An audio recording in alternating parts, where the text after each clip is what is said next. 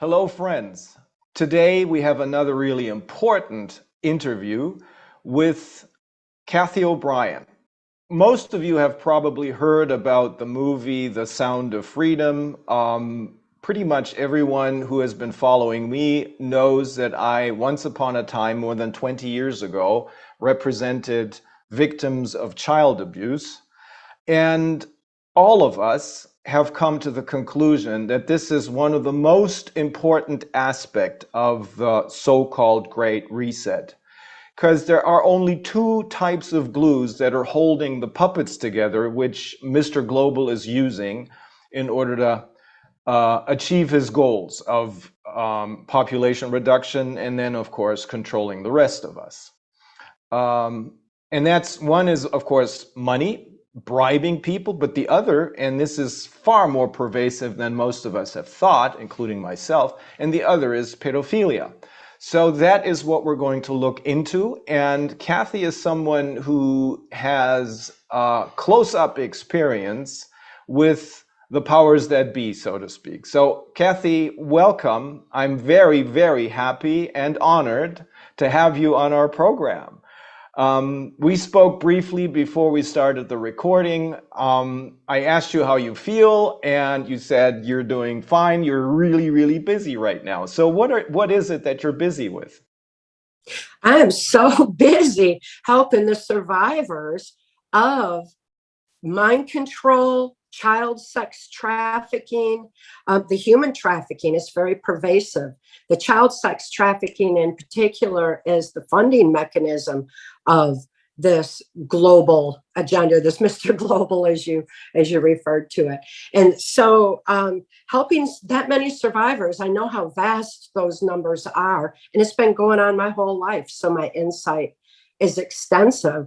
And thank you for giving me voice today and having me on. I'm so excited to be able to bring this information to light so people have another piece of this very important puzzle that's unfolding before us all.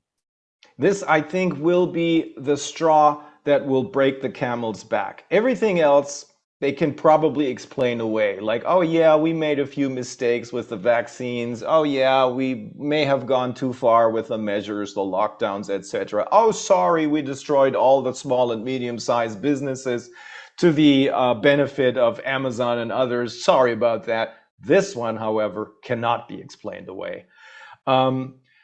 As I said, more than 20 years ago, I represented survivors of child abuse, including ritual child abuse. I thought these were isolated incidents, but in the meantime, as a result of what we've learned through the corona pandemic, what I have learned by having interviewed more than 450 experts from all walks of science, including, of course, doctors, lawyers, economists, politicians, active and retired. I have come to the conclusion that this is one of the most, if not the most important aspect of this whole Great Reset thing.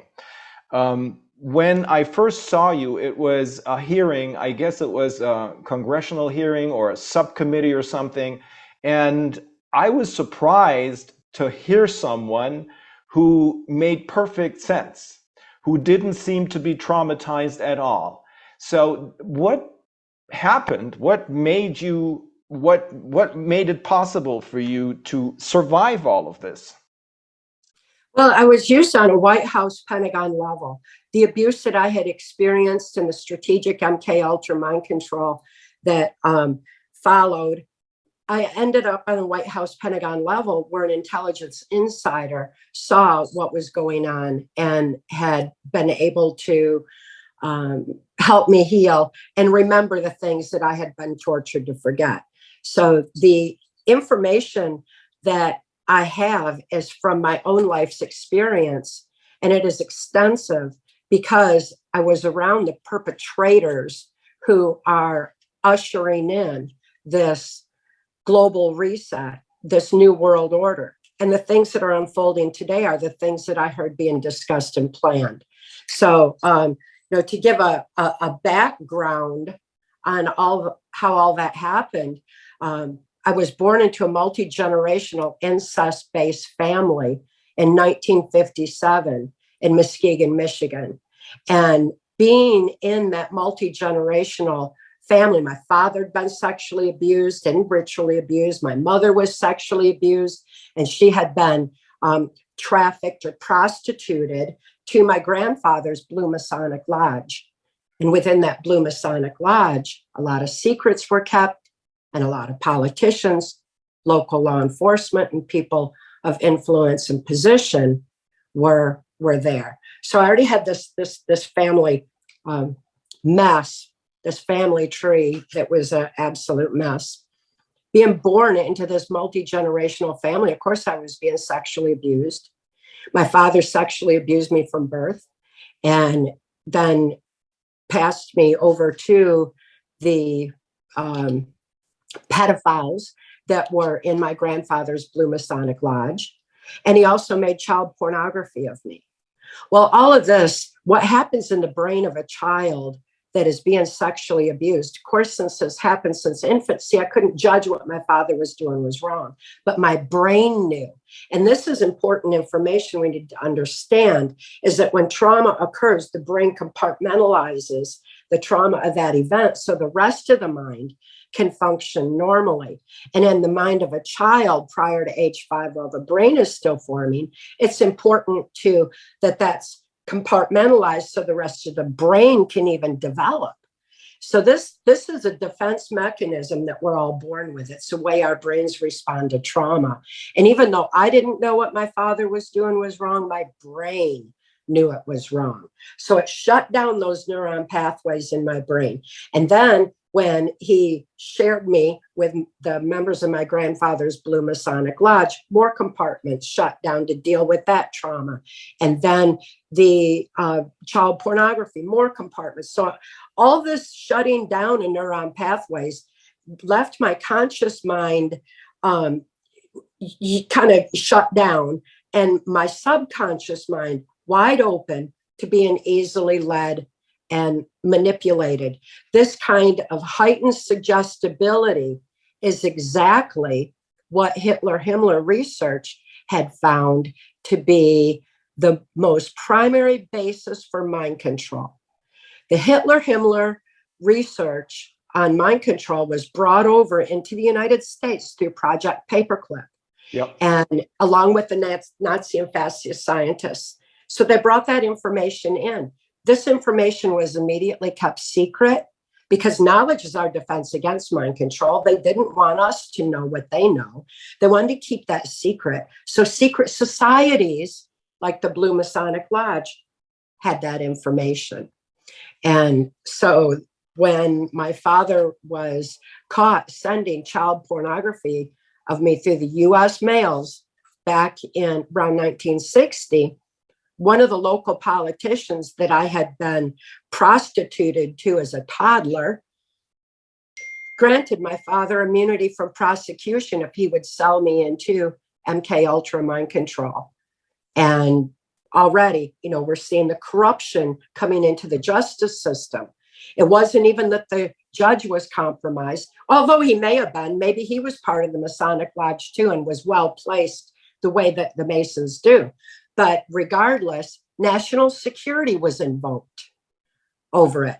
And that allowed for the proliferation of pedophilia, and has for generations now.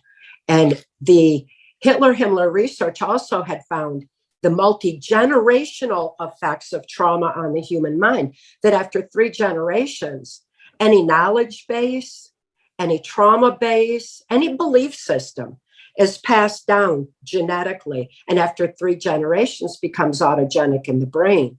So by the time I was born, whether I had been abused or not, I was already born more compliant. And that was the key that they are looking for with a 100-year plan, was to have a generational effect on the minds of society by allowing for the proliferation of pedophilia. Trauma is the basis of mind control. And again, there's no trauma worse, more on the human mind than pedophilia, and which is why it was being sanctioned within the courts at that time. That makes perfect sense to me, Kathy. I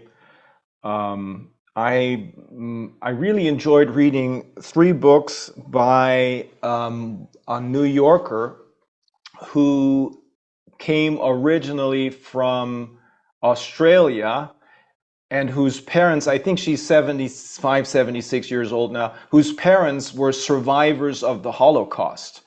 They survived Auschwitz.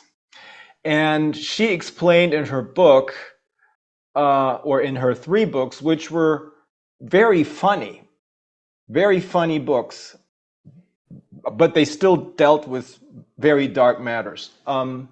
She explained how the experience of her parents that they had made during the war in the concentration camp, how it somehow had I guess infected her, because even without knowing any details about what had happened to her parents, she knew. Great books, all three of them. So that makes, and this is also, of course, what I learned over the years when I represented the women's the survivors of this ritual child abuse, because of course I spoke with psychologists and psychiatrists, some of whom are crazy, I believe, but not all of them, and the good ones really understand what's going on, and so this is what I learned. It makes perfect sense to me. So even without the actual abuse that you fell victim to, you had the mindset because of this multi-generational infection, as I would call it. Okay. Yes, that's what made me a target for the CIA's MK Ultra mind control, because the information that was brought over on Project Paperclip was being accentuated into a more powerful form of mind control. I mean, we had television now, where we could manipulate the minds of the masses. And then it's important to know that the formula for mind control is the same, whether it's of an individual or of a nation or of the world. And trauma is a basis of it. So in my case, these secrets were being kept at my grandfather's Blue Masonic Lodge, and the politician who gave my father immunity from prosecution, local politician that he was at the time, went on to become the unelected president of the United States, and that's Gerald Ford.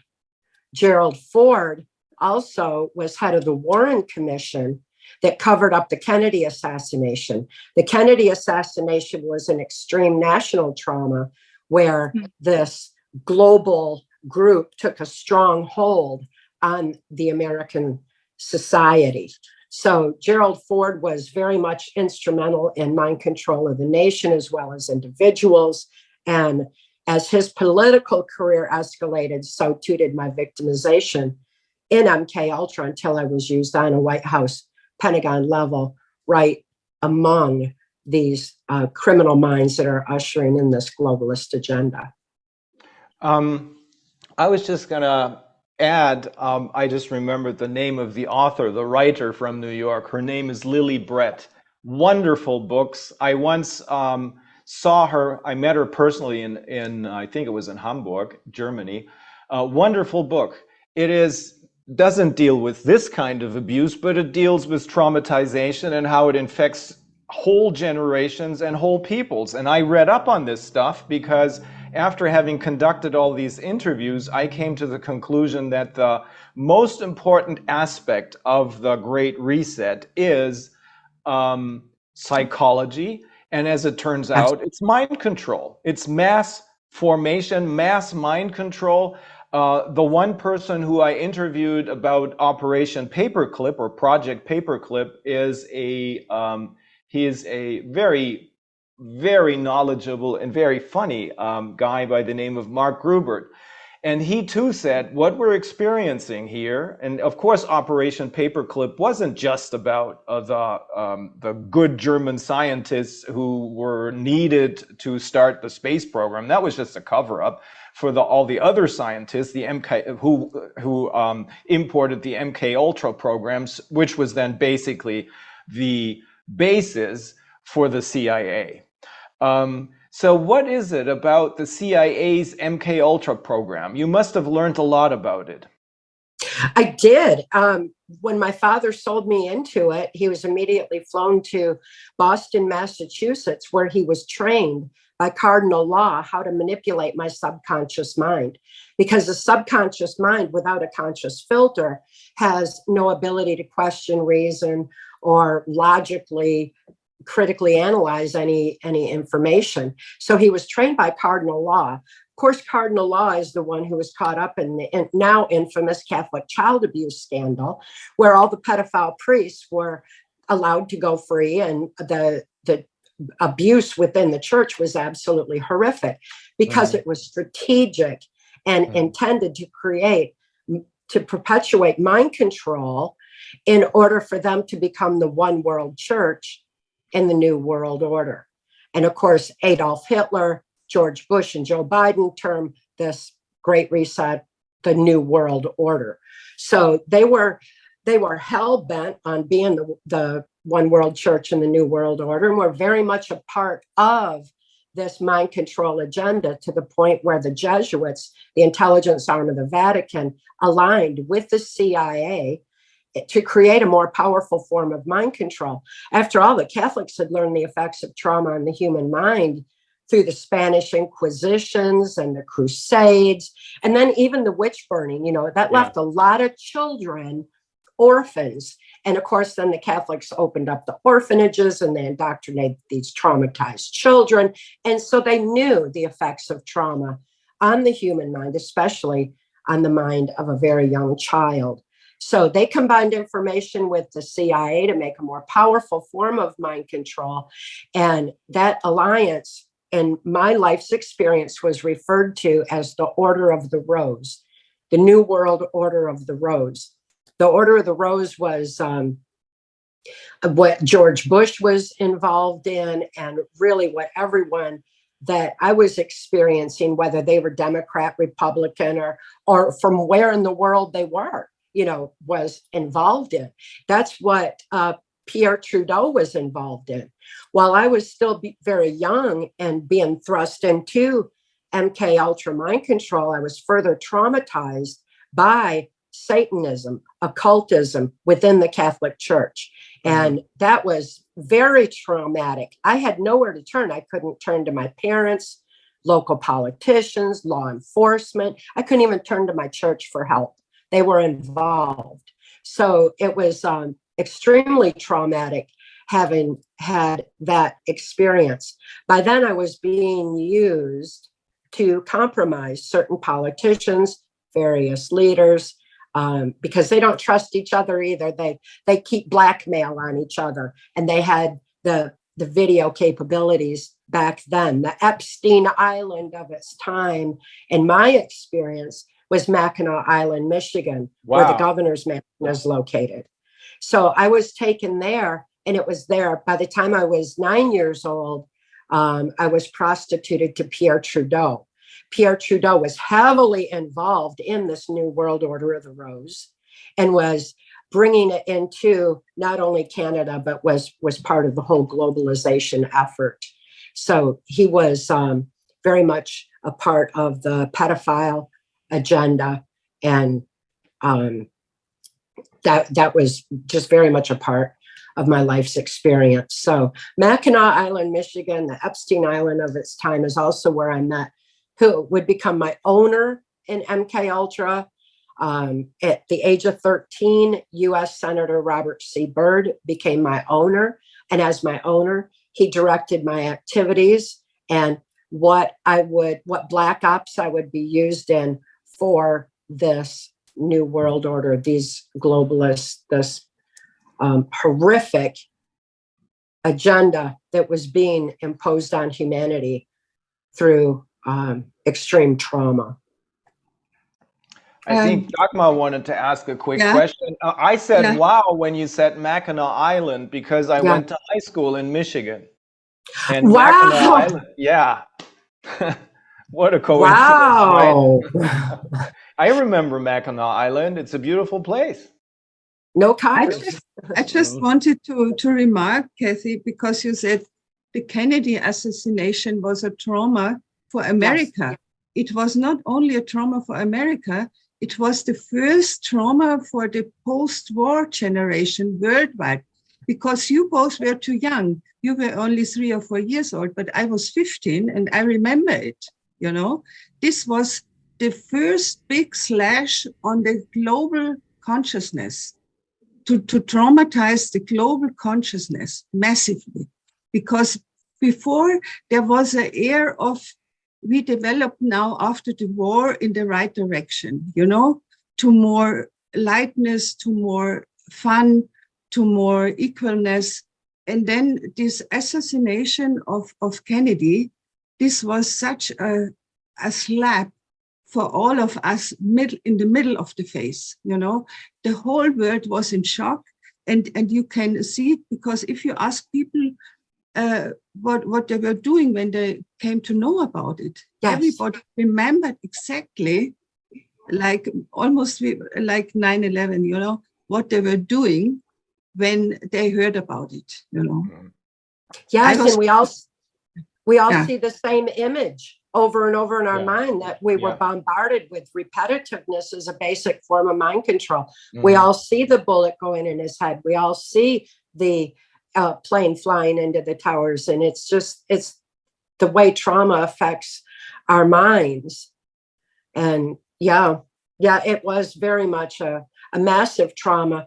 And really, the more recent one is mind control masked as a virus that was unleashed on the global population, that we're still feeling the effects of. And the repetitiveness that came with COVID was to social distance, mask up, get the injection over and over and over and over again until people complied. Even people who didn't believe in it began complying, because that repetitiveness in the wake of trauma affects the subconscious, until finally the subconscious becomes the driver and compels people to do it, whether they believe in it or not.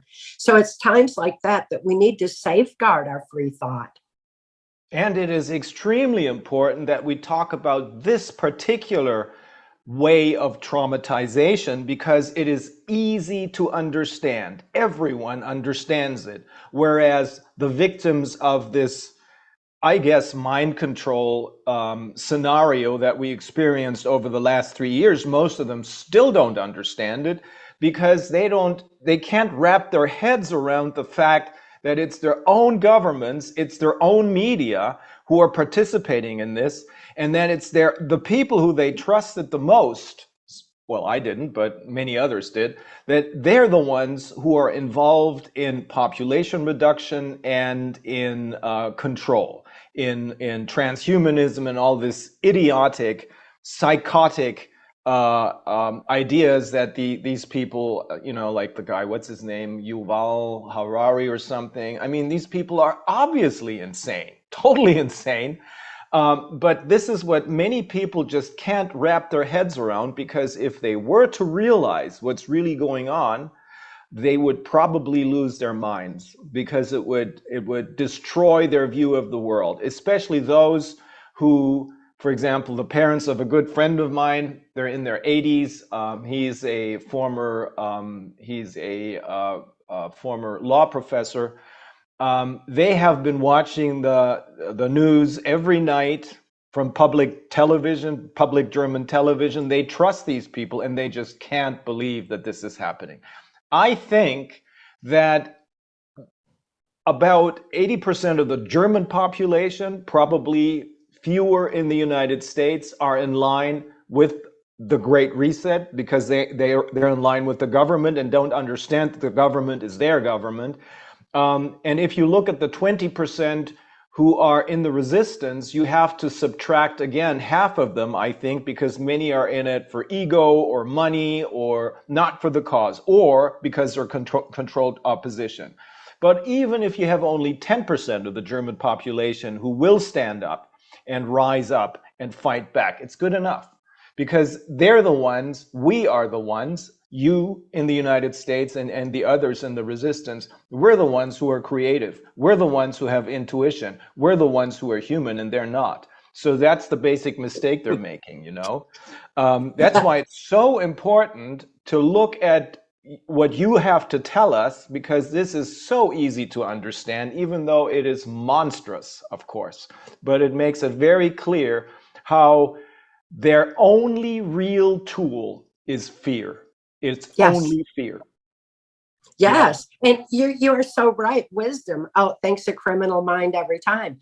That's what Mark always said. And it was my experience in MK Ultra that after I was thrust into the project and re-traumatized in so many different ways, I was taken to various NASA, DARPA, and military installations for strategic mind control programming.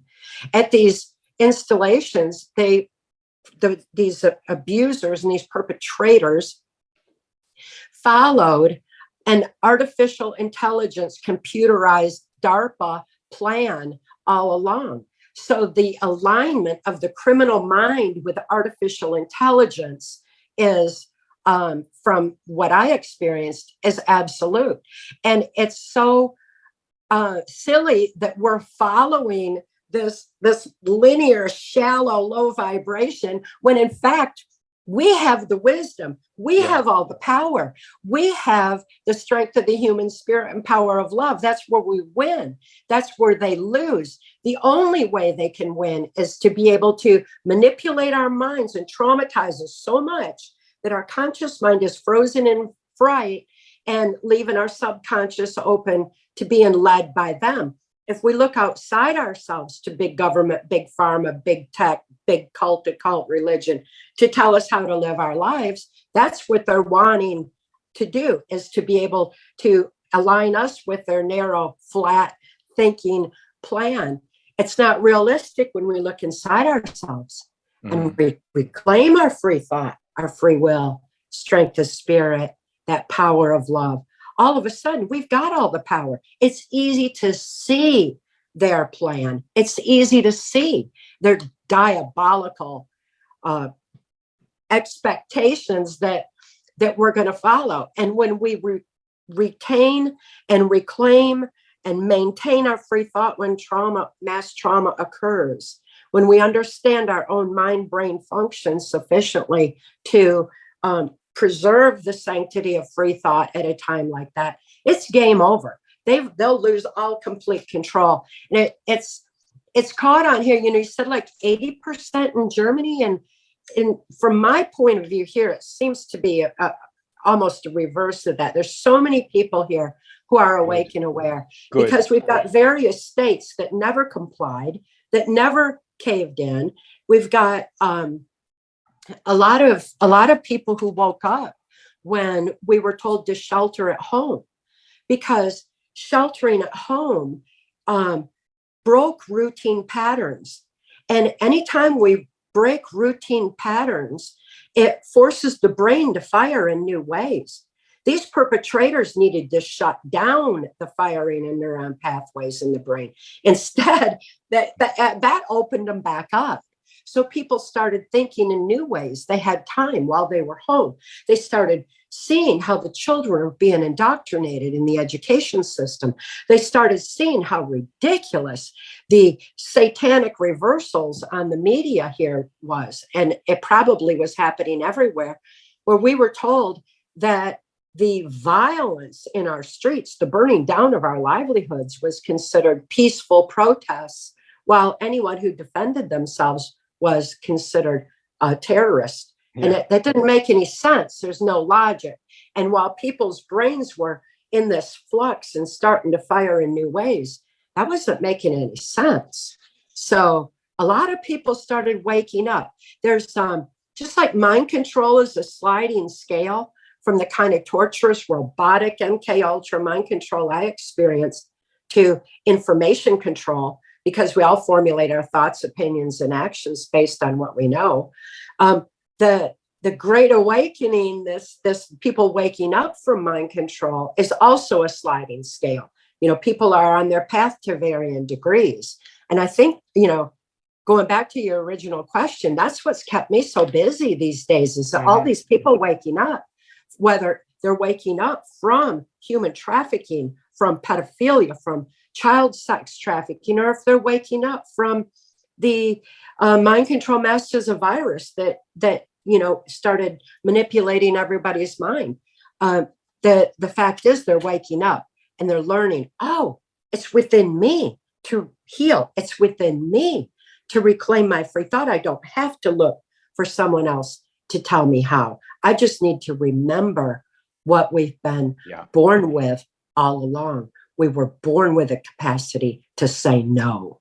We were born with a capacity to stand up to oppression. We were born with a capacity to say, no, you're not going to sexualize my child.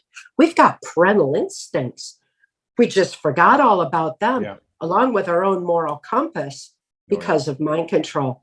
Once we reclaim that free thought to any degree, we start reclaiming all of that as well. And that's what's so exciting to me about these times that we're living, is seeing this movement back to living life the way it was intended to be lived, the reason why we're all here. And with it comes a realization that, to a large degree, this is a spiritual battle.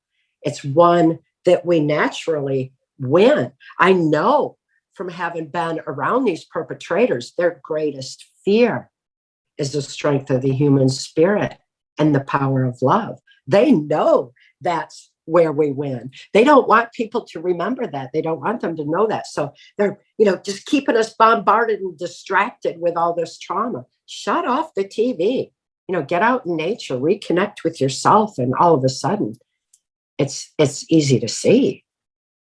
It's very interesting for me to listen to what you're saying when you said these people are more or less totally dependent on AI. Yes. Because if that's the case, then they're stupid. They can't be smart. Exactly. Because if you think in terms of 101010, which is basically what they're doing, they're missing all the good stuff. Yes. They're missing all the things that you need in order to be, creative and have intuition and all that. They don't understand. They don't even understand that. It's not just that they're missing it. I think they have no access to this. When I did this, I did a dossier on when I realized psychology is probably the most important aspect of what we're dealing with, because we're being kept in panic mode so that they can give us orders, because they believe that all of us are going to follow these orders once we're in panic mode. Well, they didn't really understand that 20% of us in Germany, and maybe many, many, many more in the United States, I think many more in the United States, because there's still a strong sense of liberty and freedom. They didn't understand that many of us just wouldn't follow orders, but rather, as you explained, that things would be fired up in our brains, which would make us think. And that's what happened to me. I've always known that there's something wrong in our judiciary, except I couldn't quite put my finger on it. So when COVID started and my wife persuaded me to do something about it, rather than sit things out at the ranch, I very quickly, after the first couple of interviews, I realized that, holy smokes, we've been lied to about almost every single aspect of our lives. Every single aspect of our lives, of our recent history even the recent history. And I thought, this is not possible. My father, who was 13 when the war ended, he was trying to find out what really happened, because he knew something wasn't right. His father returned from the war. He was a prisoner of war in Russia 5 years after the war ended. He never spoke about anything. He was heavily traumatized, obviously. But my father knew, and because he knew, I knew, something is not right. Part of the story is still missing. And that is exactly what we're finding out now. And that's why I think that's what we have to focus on, the psychology, the mind control aspect of everything. Because if you take a closer look, and we took a very close look at the pandemic, we looked at the PCR tests, we looked at the so-called vaccinations, and the ultimate conclusion that we reached is this is a hoax. There's nothing to it. There was never a dangerous novel coronavirus. They relabeled one of the endemic coronaviruses. Maybe they played around with it. Maybe gain-of-function experiments did happen, but it wasn't any more dangerous than the common flu. Probably less dangerous, because ultimately there was no excess mortality. And this is not based on my experience. This is based on what the experts told us. Professor Denis Rancourt from Canada. There was no excess mortality before the start of the vaccination campaign. And if you look at global warming and all that stuff, it's all 100% fake. Now, I'm beginning to wonder if you look at their attempts at geoengineering, how far have they really come? How powerful are they really? Because I'm beginning to suspect that, yeah, of course, they can kill us. They can kill some of us. They can't kill all of us, though. Yes, they can manipulate us to a certain degree, but it looks as though what they claim they can do, either they can't do because they're not smart enough, or something is in the way, a higher power maybe, that stops them. I think their secrets are being exposed, and they can only operate in secrecy, because as soon as their secrets are exposed, we see how stupid they really are, and how inexcusable this whole thing has been. And the media has been such a big part of this.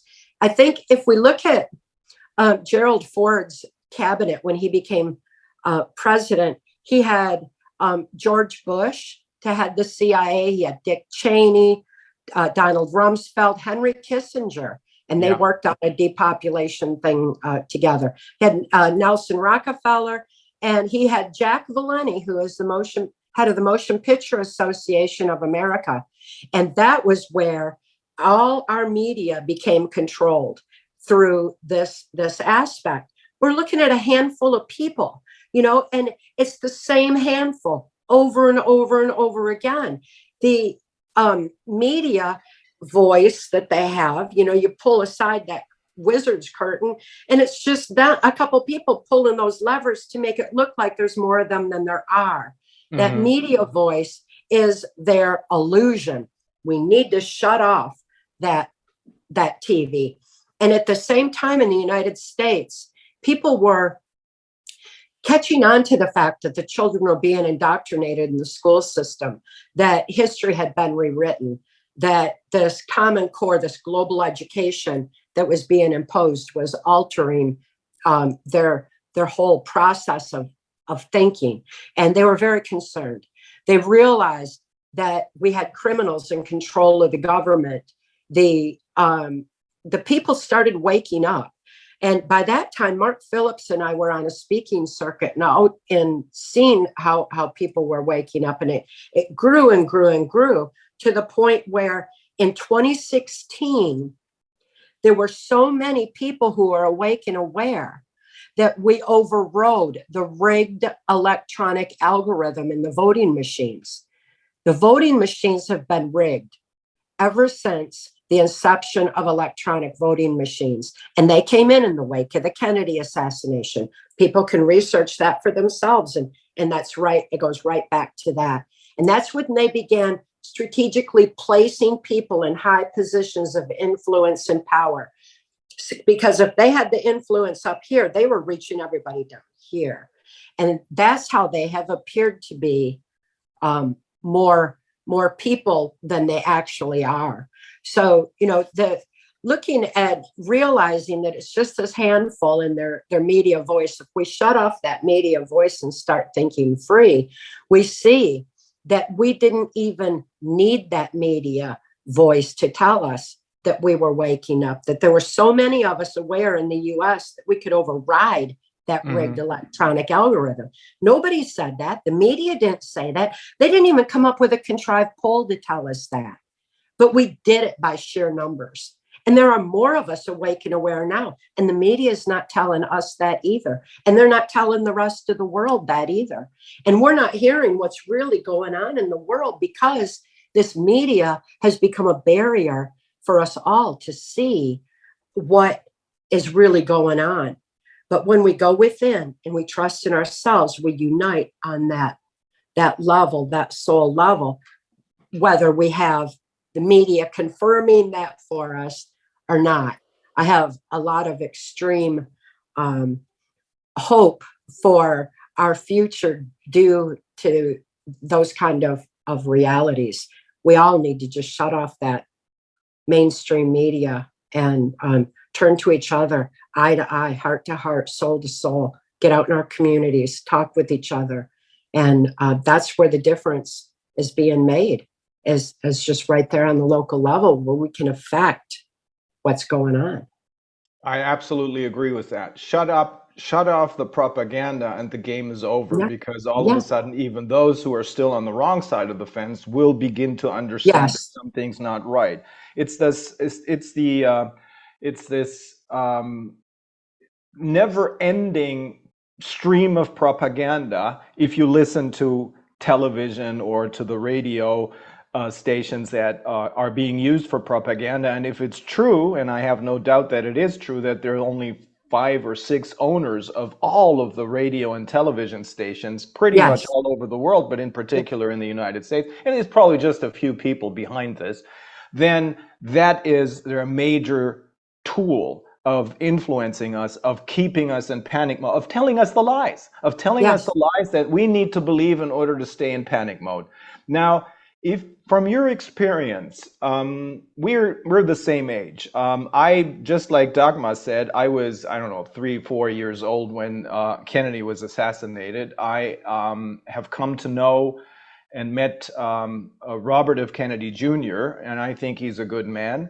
And a brave man too. But I do not understand the power structures. But from what I've been hearing from you, but also from other people who have taken a deep dive into Operation Paperclip, but also historians who have looked into the role of those secret societies, the Masonic lodges, and there's the Khazarian Mafia and other secret societies. I think much of this is probably part of the propaganda, so that we will believe that there's so many out there that it is impossible to not be under their control. But from your experience, you have had very personal experience with the Clintons, but you also told us about a few of the others, Gerald Ford included. Are there any,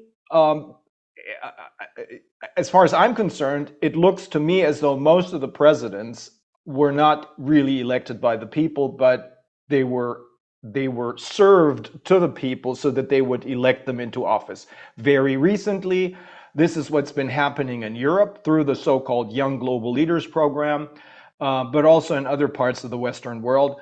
Almost all of the leaders that I can see are stupid beyond belief, in particular in Germany, and they're all of them products of the Young Global Leaders program. How was it in the United States? This Young Global Leaders program, it's a CIA-funded program on which this is based. This is Klaus Schwab setting up the World Economic Forum in 1971, and then in 1992 setting up the Young Global Leaders program. What happened in the US? Are any of the more recent presidents, are they the real thing, or is the only one who, in my view, is or was real JFK? Well, JFK was, I think, probably the last. And from there, with the rigged electronic voting machines, they made sure that people were placed. My 1995 testimony for Congress, Transformation of America, details their plan, how they were going to keep it in the Bush-Clinton dynasties until the New World Order was ushered in by Hillary Clinton. 2016, that's what she was supposed to do. Well, that's in my 1995 testimony. So many people were awake and aware to that fact. Like I said, that they overrode the rigged electronic algorithm to vote for anybody who was not Hillary Clinton and the New World Order. And Donald Trump went in. Donald Trump, by everything that I had experienced in MK Ultra mind control, was someone that these perpetrators feared all along, because he had a great deal of money and influence and was absolutely against human trafficking and drug trafficking across open borders. He was against the funding mechanism of this New World Order. So the fact that he was in was absolutely amazing. And I was so thrilled that he started exposing the corruption. He started exposing what this New World Order was about. And best of all, for me, what the funding mechanism is of the human trafficking and the child sex trafficking and how that's being used. That woke people up. That gave them a view. And it doesn't mean that he was able to accomplish much, because everyone else within, they had been placed by rigged elections. There were so many corrupt people around that had been rooted in for generations that that sphere of corruption was extreme. It was like when he was talking about the swamp and wanting to drain the swamp, I had no voice. I'm so censored, but I was jumping up and down saying, come on, everybody, it's our chance. You know, we drain the swamp from the bottom up, not from the top down. But people didn't know that because they were so used to big government doing everything for them that they thought it should all be taken care of there. Well, it can't be. And I saw corruption be in place, like my owner in MK Ultra, U.S. Senator Robert C. Byrd, had an office in the FBI building in the mid-'80s to set up the National Center for Missing and Exploited Children as a catch-net operation for the human trafficking funding mechanism of this New World Order. That way, the children were taken, put into the so-called Child Protective Services, and then turned right back into the human trafficking operations. The corruption within the FBI was so extensive that, and the FBI here has influence over law enforcement, you know, all the way down to local levels. They have that you get one person head of the FBI and you got the whole system right there under that control by the way that things are structured. That's got to be reconfigured and restructured.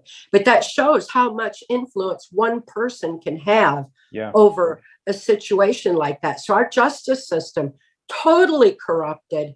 Our U.S. attorney generals horribly corrupted. You just need that one person in, all of a sudden the whole justice system's corrupted. And that's how it was structured. So nothing more could be done until we started doing our part in reclaiming our sovereignty on the local level. Well, personal sovereignty first, then local levels on up. So we've got a ways to go in order to realize that it's up to us to govern ourselves until we can clean this absolute mess up. Then in addition to that aspect, we've got to factor in mind control into the equation, because there are so many politicians that have been compromised. They have been blackmailed. They've been coerced. Their families' lives threatened, or they've been paid off. There's so many different ways that people are being manipulated. You add to that the technological aspects of mind control, and you got a disaster scenario. We've got to start factoring mind control into the equation. I think from my personal experience, one of the most glaring examples that should be an example is Ronald Reagan. Wow. Ronald Reagan did not comply with the New World Order to the degree that they wanted. They wanted to get Carter out. They were going to put Reagan in, but Reagan, I don't know how he got as far as he did, but he was not going to comply the way they wanted him to. So they started seeing, okay, this isn't working. Who's going to be his vice president? Because we got to get rid of him and the vice president will take over. And you can research, and it was right up to the minute. It was either going to be George Bush, who did not want that position. He wanted the power behind the scene, or Gerald Ford. And they thought, well, we already put Gerald Ford in once without being elected. We can't do it twice. So George Bush was put in. This was midnight hour stuff. Reagan, the assassination attempt right from the get-go. And it didn't work, obviously. And since it didn't, that intended control was taken over mentally, because again, trauma is the basis of mind control. Imagine the trauma that Reagan experienced with that bullet. So that was absolutely horrific. not only did he lose control of his administration, he lost control over his own free thought choices on what he would have done. I don't know what he would have chose, but having been there, I do, and having been right around Reagan during his administration to the extent that I was, the things that are in transformation of America is what happened in that administration with Bush running it. What isn't in there were my perceptions, because they weren't allowed. It was just it was testimony, so it was just the facts without the perceptions. And I wasn't allowed to say how bad Reagan was treated by Bush and Cheney, how they treated him like dirt and would just let him be a voice when they wanted him to puppet and parrot what speech they were wanting him to give. That I don't know what Reagan would have chose. I don't think he would have chose to allow global education into the school system. I don't think he would have allowed for the pedophile agenda to go through. He was not a pedophile by anything that I ever saw or experienced. Perverse, yes. Who knows? Who knows? I'm not making a judgment of all that he is. It's not for me to judge anyway. But when a person has their free thought, free will, then they have the ability to live their life's purpose, to be who they're intended to be. And I know that was disrupted for Reagan. And as iconic as Reagan is, people need that piece of the puzzle, because if we don't have that piece of the puzzle going forward, how are we going to know? How are we going to know what our elected leaders are being subjected to? It's the media is not going to tell us, No. So we've got to start factoring this invisible menace of mind control into the equation on all levels of our lives. And it begins with our own free thought and our own ability to reclaim our moral compass and our discernment. When we know our own truth, we can start recognizing truth around us. Very important, because that is the event which I couldn't really figure out back then. But as you're telling this story, right, I've read stuff on this as well. It's another inside job. It's another CIA job. Then. The assassination attempt. Bush. Yeah. Okay, that makes sense. Yeah, makes perfect sense to me. I want to ask you, Kathy, you said that the main funding of the New World Order is through human and child trafficking. Did I understand you rightly? Yes, ma'am.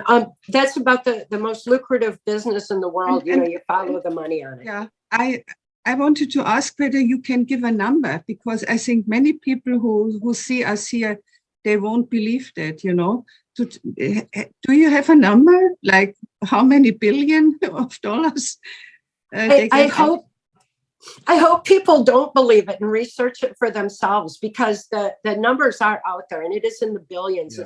It's considered the most lucrative business in the world. But the drug and human trafficking across open borders is what is a primary funding mechanism. And it's something that I've been aware of throughout. Well, I wasn't aware under mind control, so I need to rephrase that. But it's something I was exposed to my whole life, because I was used in that capacity. And then in later years, I was used for the drug and human trafficking operations across the open borders, primarily by the Clintons. They were very much the ones who set up the CIA's involvement in the drug industry, especially the cocaine industry back then. Clinton Coke lines is notorious. So, we go back to some of the roots of that, and we start seeing how that groundwork was laid. And it was laid through NAFTA, the North American Free Trade Agreement, which was free trade of drugs and slaves over the border. So that's what it was really about. Yes. Okay, that makes perfect sense to me again. So how were you involved with the Clintons? I mean, I've read so much stuff on the Clintons, and when you look at her, she is not a likable person. No. I wonder how they ever got the idea that she would be elected a president. But how did you get involved with them, and what was your experience with them? Well, I think they thought she'd be elected because of the rigged elections and not for any other reason. And she was only going to get that position as her reward. And that is often how it happened because of the corruption that she had been rooting for so long. And my experience, when Bird became my owner, he appointed my first handler in MK Ultra, which was Wayne Cox. Wayne Cox was a CIA assassin, mercenary, and an occult serial killer in the swamps of Louisiana. And he was to be a further trauma base for me.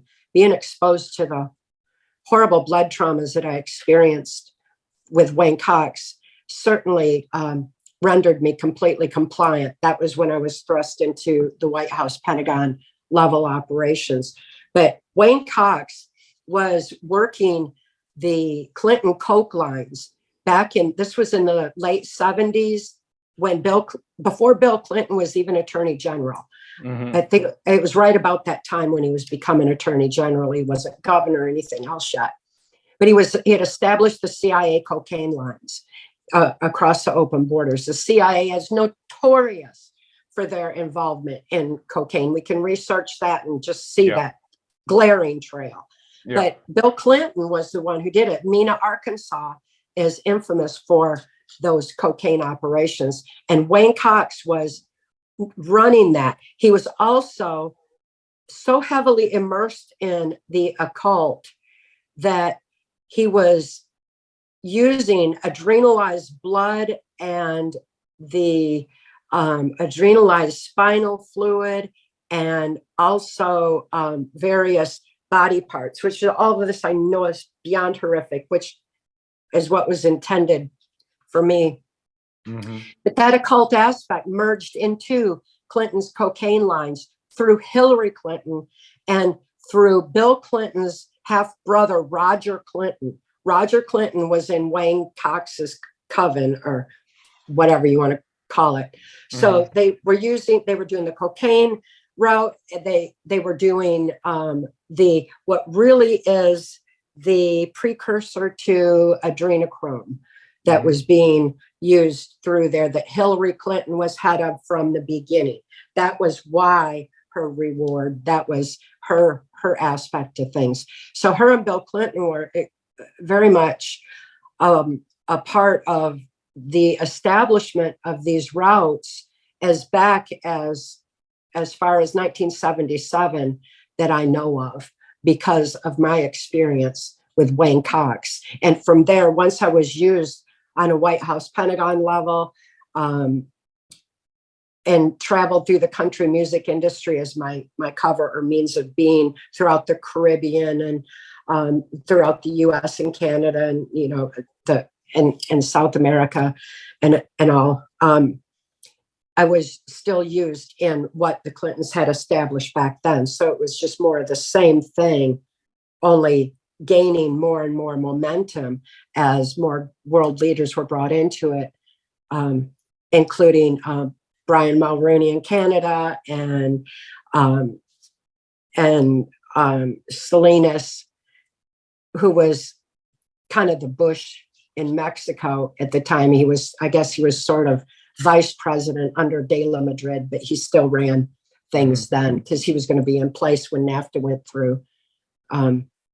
So yes, having been part of all that and seeing how that was the basis and the funding mechanism of NAFTA, which is the beginning of the New World Order, this global agenda, I had a lot of insight into the sheer evil of Hillary Clinton, Bill and Hillary both, but mostly Hillary Clinton, which expanded so much into the sex trafficking operations that by the time she was the Secretary of State, the State Department was running mind control slaves, MK Ultra slaves, and children and sex slaves and everything right through there.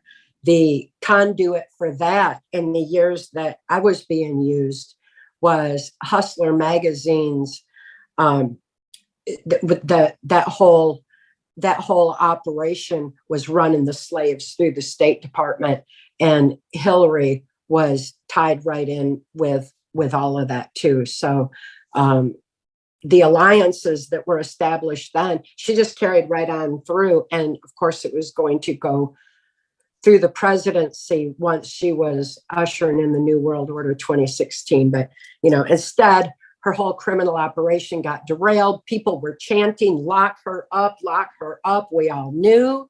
Mm-hmm. We knew that people were being suicided, archicided, killed left and right for exposing the crimes against humanity, which are probably about as horrific as any that this planet has ever experienced. You mean what happened under Bill and Hillary, in particular under Hillary Clinton? Yes. The trail of blood that she left behind, or they left behind, I think if you add them all up, you arrive at more than 70 people who were suicided, more or less, or died of weird accidents. All of them were close to the Clintons, which is totally unheard of. So that is not a conspiracy theory, it's real. And Pizzagate is not a conspiracy theory either. It's also real, right? Absolutely. And, those numbers on the ones that were suicided back in the early 90s, before the internet was sharing information, patriots were mailing that information to each other, and the numbers were vast. It was circulating through the media how many were being suicided and killed. They're notorious on their killing machine. Also, in the State Department, one of Hillary Clinton's mentors was Madeleine Albright, and she ran the Organization of American States and the human trafficking operations that were running through the Caribbean and South America.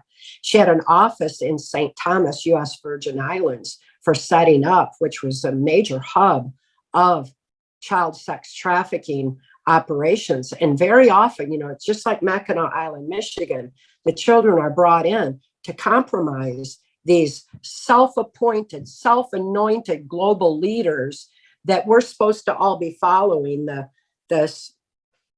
this global elite, this Mr. Global, as you called it.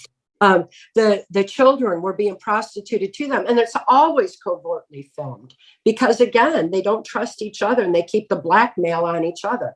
So the Epstein Islands was already being formed. It wasn't called Epstein Island at the time. We had Bohemian Grove. We had numerous places where these kind of compromising operations were set up, and Madeleine Albright was right there setting it up along with Hillary Clinton back in the 80s that I had been exposed to. So the Epstein Island, once that came to light, I thought, yay, finally, this whole ball of corruption is going to unravel. And it has yet to unravel because, again, that corruption is so deep that the justice system is, continuing to cover it up for so-called reasons of national security. While people like me who've been exposed to it for so long, I don't even wait on conventional justice or expect it anymore. I'm waiting on the ultimate justice of positive change through public awareness. And that public awareness is happening. It is happening. It is absolutely happening. What you're telling me here is it coincides how all those politicians who ran the show, even in the 1980s and long before that, how they were all compromised. And you know what? The women who I spoke with more than 20 years ago, they told me the same stories about German politicians. I'm not going to name any names here, but there are a few politicians who, from the Green Party, the Social Democrats included, who participated in these meetings, which are now known to be meetings where strange things happen. You mentioned, what is it in Northern California? The Bohemian Grove. Bohemian Grove, yeah. one of my heroes, probably the only one who I ever thought was a really good politician, was our former chancellor, Helmut Schmidt. But he was supposed to have participated in these meetings as well. How, is it possible to do it without knowing what's going on there? There's different levels of what goes on there. So yes, that is very possible. And he's not someone that I had met or heard of or heard referred to in the circles that I was in. The people that were at Bohemian Grove were the George Bushes back then, and the Bill Clintons and the Dick Cheneys and so on. And no, not everybody was actively involved. I think there were different levels at Bohemian Grove where people would meet. And the one that I was exposed to, of course, was where they used, I think they used the facilities for their meeting place. And also the human sacrifice that did occur there would happen to MK Ultra mind control slaves like myself, who at age 30, when electrochemical changes start to happen in the brain, were to be killed if they worked White House, Pentagon level operations. I was going to be killed at Bohemian Grove when I turned 30. And it was as a show to the various leaders that their secrets would die with me and that they wouldn't start leaking and breaking through my memory with the electrochemical changes that happen around age 30. So I know that horrible stuff happened there, but most of all, a lot of perversions were fulfilled there for more blackmail operations to keep the people compromised. In hindsight, was there, I mean, you're talking about Senator Robert Byrd. I think he was born in 1917 or so, and he's been dead for quite a while now. But he can't have been the first one. So this whole game, in parentheses, this whole game must have been going on for much longer, much longer. Is there really a basis for believing that this has been going on for hundreds of years, maybe thousands of years? Is this really a kind of a tradition that comes from some even darker, deeper secret societies? That's an excellent question. You know, what I know about what the Catholics did and how those Catholic orphanages came about is absolutely horrific. And what was done with those children in order to perpetuate the church, you know, is just sheer evil. It leads people away from our innate source and our innate life's purpose and causes something else. So that was going on for a long time. It became more of a plan. By my understanding, it became a 100-year plan in the wake of World War II, when what the Hitler controls, the mind control that had happened in Nazi Germany, was being furthered, and it was being built upon to create a more powerful form of mind control that was supposedly going to increase with technology and through the multi-generational aspects. But it was a 100-year plan at that point. So if it was a 100-year plan, we know a lot of people have been involved for a long time.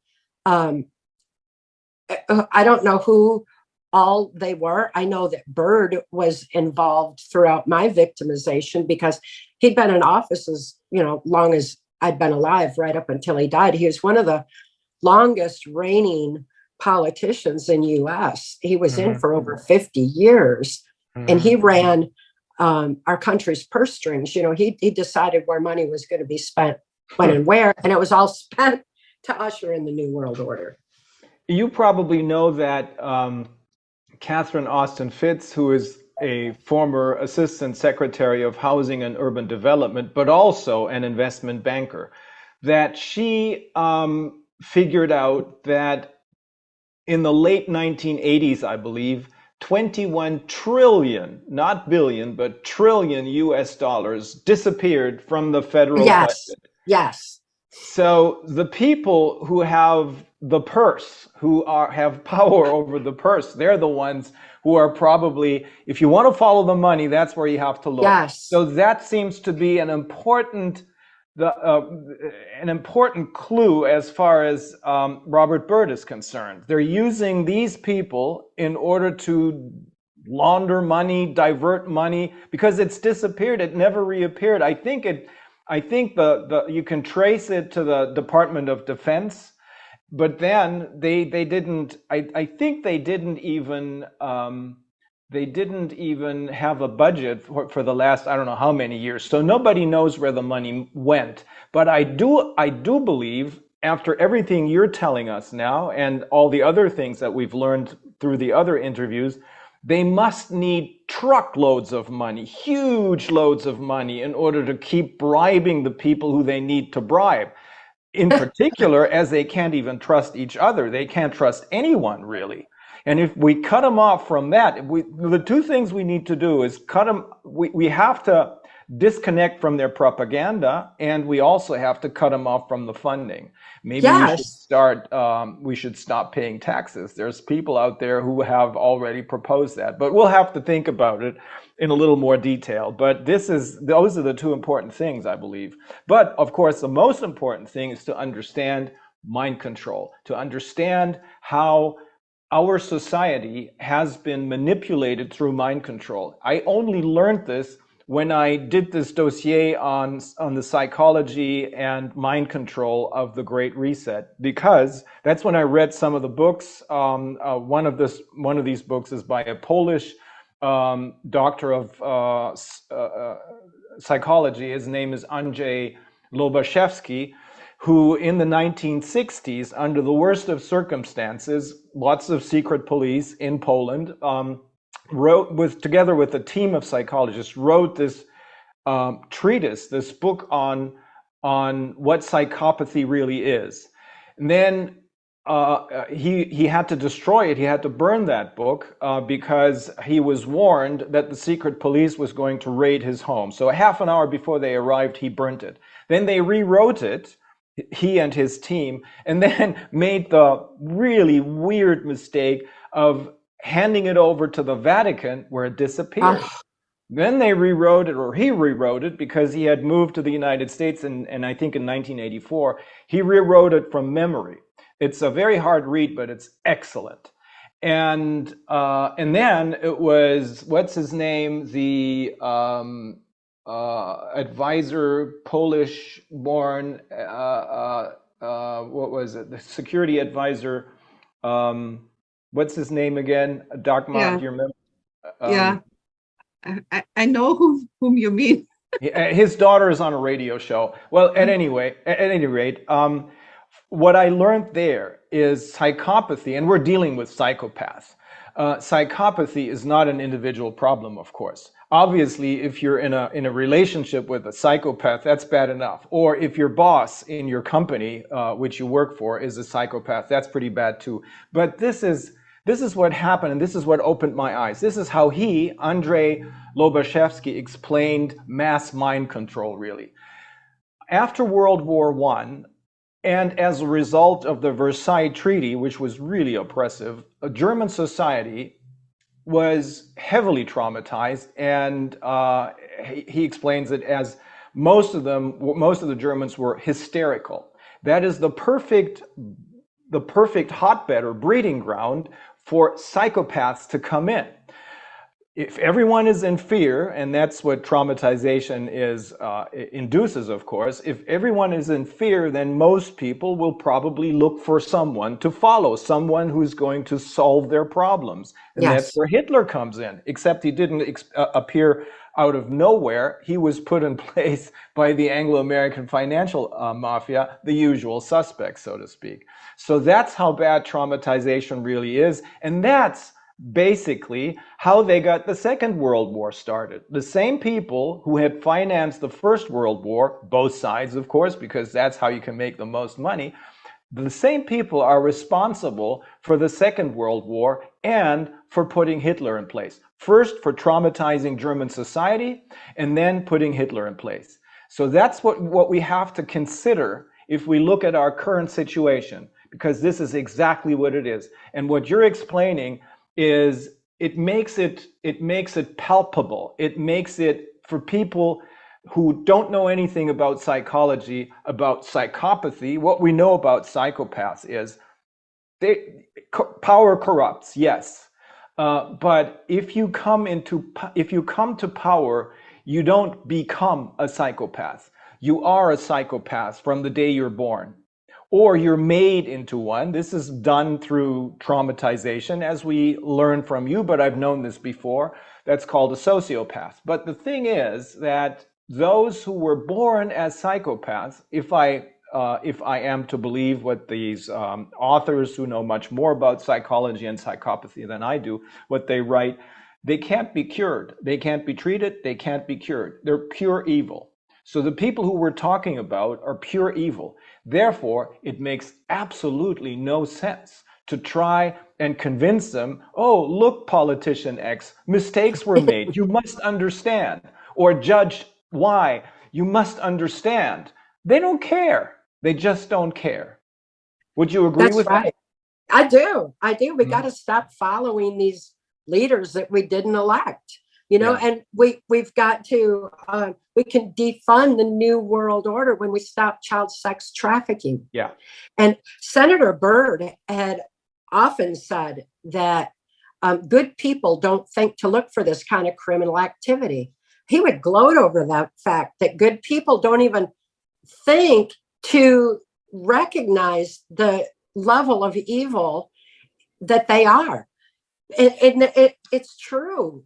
People don't really look to expect that. We don't think like they do. Why would we stretch our minds to think of something so horrible and negative? Mm-hmm. But just like we can't think like they do, they don't think like we do. Mm-hmm. And again, that's where we win and where they lose, because we've got the wisdom, we've got the strength of the human spirit, the infinite source of love. We've got it all. But it should be game over when we have that realization. This has been going on for far too long. We've just got to dare to realize what's going on. And I think that with movies like Sound of Freedom opening people's eyes to the reality of child sex trafficking, all of a sudden they might catch the clue that we share this planet with a very dark, evil, negative, low vibration energy force that wants us down on their vibration. And all we need to do is not comply, say no, stop following these leaders we didn't elect, and keep our vibration high by knowing our own truth, knowing who we are, knowing our life's purpose, why we're here, living this life at this pivotal moment in time. It's our time. It's our time to shine. Definitely. Definitely. It is so obvious, I think, that their time is up. But it all depends on us. We can't just sit here and wait for somebody else to solve our problems. We have to realize our own potential, our own sovereignty, connect with each other. And this is exactly what's happening now. And even if it's only 10% of the population in Germany, that's plenty enough. It's plenty enough. And as you said, it's many more in the United States. It's many, many more in Africa. And most of the indigenous people who have been, they use them as lab rats, as guinea pigs for their for decades. They have used them as guinea pigs for their vaccine trials. Yes, unsuspecting, of course, they didn't know anything about it. But it is clear to me that we are close to a tipping point, because if you look at what's been going on. If you look at how they're exposing themselves, like a couple of years ago, there was this very occult celebration for the opening of the St. Gotthard Tunnel, which connects Austria and Italy.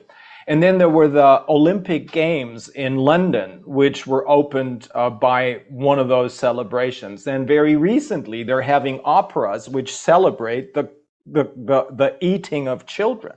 Now, that means that these people simply have lost track. I think they're in panic mode right now. Yeah. And I think they're with their backs against the wall. And if we continue doing what we're doing, by simply is not a good word here, but by simply exposing what's going on, you're absolutely right. That's what's going to do the trick. We can't necessarily trust our courts of law. I know you can't trust the German legal system. I have enough experience in that, and so does Dagmar. She was instrumental in getting someone out of prison who was who got a life imprisonment sentence for a crime that he didn't commit, for a crime that wasn't committed. And I know, I'm a civil lawyer, I specialize in tort law, which means damages. I know that the system in Germany has been rigged for many, many years. It doesn't mean that all of the judges who are part of the German judiciary, that they're all criminals. No, but I would say more than 95% are in line with the government.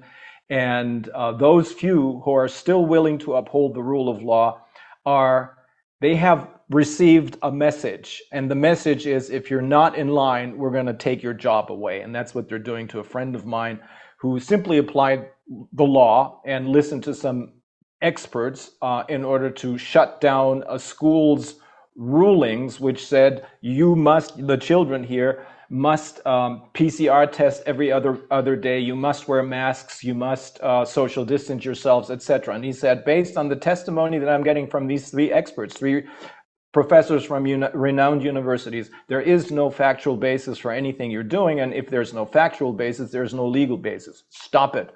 But a few weeks later, his house, his car, and his office were searched, his cell phone, his computer were seized, same thing happened to the experts. So that's the kind of message that they're sending to not just the general public, but to the judiciary in particular. I have more hopes for the American legal system, because in parts of the American legal system, there's still a rule of law. And I think this is probably especially true for those judges who were nominated and the federal judges who will not be corrupted, but in particular for the state judges who were elected. But you still have to be very lucky to run into a judge who, despite all the obstacles that we're talking about, despite all the corruption that we're talking about, are willing to uphold the rule of law. That's why Dexter and all the others in that group of international attorneys have been cooperating with the Maori for over a half a year, because we think that based on their tikanga lore, L-O-R-E, not L-A-W, which is closely connected with spirituality, that's where we will expose this in a legal proceeding, probably parallel to the general awakening which is happening because of what we're doing right here, because of what you're doing and we're doing, exposing all of this so that the general public understands what we're dealing with. But that's another story. It's the people who will stop this, not the courts of law. The courts of law will do the cleanup work afterwards. We're going to take down all of these corporations, all of them. And we're going to put them into prison, those individual persons who are responsible, unless, of course, spirituality takes care of that, which I think it will to a large degree. I think so too. Like I said, I'm waiting on the ultimate justice, a positive change through public awareness, and I'm seeing that unfold every day. And it's so encouraging for me to see that. Having experienced so much injustice in the court system when national security was invoked on my testimony, and national security was invoked in open court on in March 17th, 1993, in my daughter's case, when the FBI came in and testified against her and said there's no such thing as mind control and human trafficking and child sex trafficking. And at the same time, that same FBI testified that Mark Phillips, our hero, the one who rescued us out of the Washington, D.C. human trafficking swamp, the one who handed me the keys to my own mind so I could heal, they said he was the master. of mind control. That was admitted into the court as well because it was the FBI that was saying it. And then this district attorney, who was very disturbed over the injustice, told the judge, he said, you're in violation of this law, this law, and this law. And the judge said in open court, laws do not apply in this case for reasons of national security. Yeah. And of course, then the records were sealed. That district attorney had an office in the legal building. That legal building was set on fire soon after that, and right underneath his office to destroy any further possible records. And the injustice that can go on under national security is absolutely horrific. It's got to stop, because when a judge is following the law, he still has to follow that national security. So we've got to get it back to the morality. And I love the direction you're talking about. You know, when we go back to the natural law, the tribal, more tribal law, then we have the morality figured back in. And that's what we're needing. Not only the morality, the logic. I mean, how ridiculous that you say mind control doesn't exist. He's a master of mind control in one breath, and it's all accepted. That's not law. That's absurdity. Yeah, it's absurdity. It's willful and arbitrary. I know this. National security, it's the kill-all phrase that they can use in order to shut down everything. But it's an invention. It doesn't exist. Yes. If we don't accept that it doesn't exist, just like kings and queens don't exist. They made themselves kings and queens. There is no higher power that made them that. They did it. And once we understand that we are the real masters of ourselves, the true sovereigns, it's all over for them. Well, it is. At any rate, Kathy, this was excellent. I mean, really excellent. This is going to be so important. And I know that our viewers this will be eye-opening for many of us. It confirms what I have been thinking for a long time. And the most important aspect of this is that we're talking to someone who is not, this is not hearsay. You know it, what you experience is what you experienced. And you are in full control of yourself, of your mind, and you are the perfect witness. You are the perfect expert witness. So we must stay in touch. There will be more to come, I think. Excellent. Thank you so much.